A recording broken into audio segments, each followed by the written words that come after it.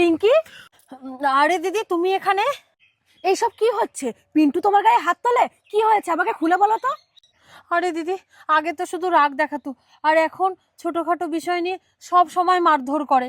সব কিছু তোমার আড়ালে করে, আর তোমার সামনে গিয়ে ভালো হয়ে থাকে। যখন তুমি এখানে থাকো তখন কিছু বলে না, আর যখন তুমি এখান থেকে চলে যাও তখন আমাকে অত্যাচার করে। এইসব কথা তুমি আমাকে আগে বলনি কেন? দিদি, আমি ভেবেছিলাম ও একদিন শুধরে যাবে, আর ও প্রথম প্রথম তো এরকম ছিল না।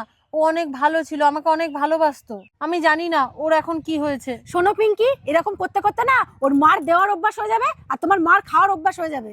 এবার আমি এখানে এসেছি না, আমি দেখে নিচ্ছি ওকে কি করে শায়েস্তা করতে হয়, ওকে কি করে সোজা করতে হয় সেটা আমার খুব ভালো জানা আছে। ওর সাহস কি করে হয় আমার বোনের গায়ে হাত তোলে?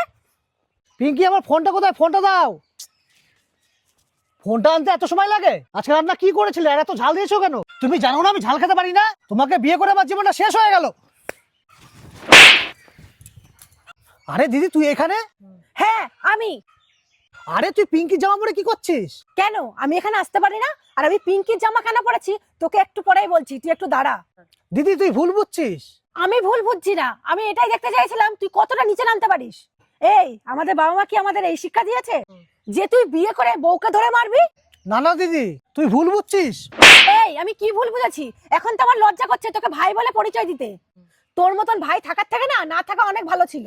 বউয়ের গায়ে হাত তোলার আগে তোর হাত একবার কাঁপে না? দিদি, তুই এসব কথা কেন বলছিস? আমি তো ঠিকই বলছি। তুই একটা মেয়ের গায়ে হাত তুলে নিজেকে পুরুষ ভাবিস? আজ পর্যন্ত আমার বাবা কোনোদিন আমার মায়ের গায়ে হাত তোলেনি, তাহলে তুই কেন তোর বউয়ের গায়ে হাত তুলিস?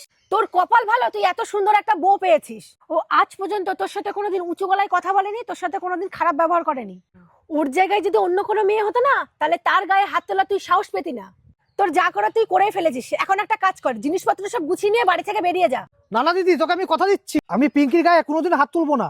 তুই এবারকার মতো আমাকে ক্ষমা করে দে, তুই আর একটা সুযোগ দে। তোর ক্ষমা যদি চাওয়ার হয় তুই পিঙ্কির কাছে ক্ষমা চা।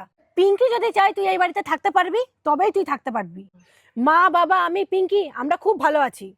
আর আমাদের এই বাড়িতে না তোর মতন খারাপ ছেলে না থাকলেও হবে, আমাদের একটা ভালো বউ আছে। পিঙ্কি, তুমি আমাকে ক্ষমা করে দাও, তোমার গায়ে হাত তুলে আমি অনেক বড় অন্যায় করেছি। আমি আমার রাগটাকে কন্ট্রোল করতে পারিনি, তাই বারবার আমি তোমার গায়ে হাত তুলে ফেলেছি। অনেক সময় তোমার ভুল না থাকা সত্ত্বেও তোমার গায়ে আমি হাত তুলে ফেলেছি। আসলে না আমার অভ্যাস হয়ে গেছিল তোমার সব কাজে ভুল ধরা। প্লিজ আমাকে ক্ষমা করে দাও। আর তুমি দিদিকে বলো না, দিদি আমাকে বাড়ি থেকে না বের করে দেয়। প্লিজ দিদি, তুই আমাকে ক্ষমা করে দে। আর পিঙ্কি, তুমি আমাকে ক্ষমা করে দাও।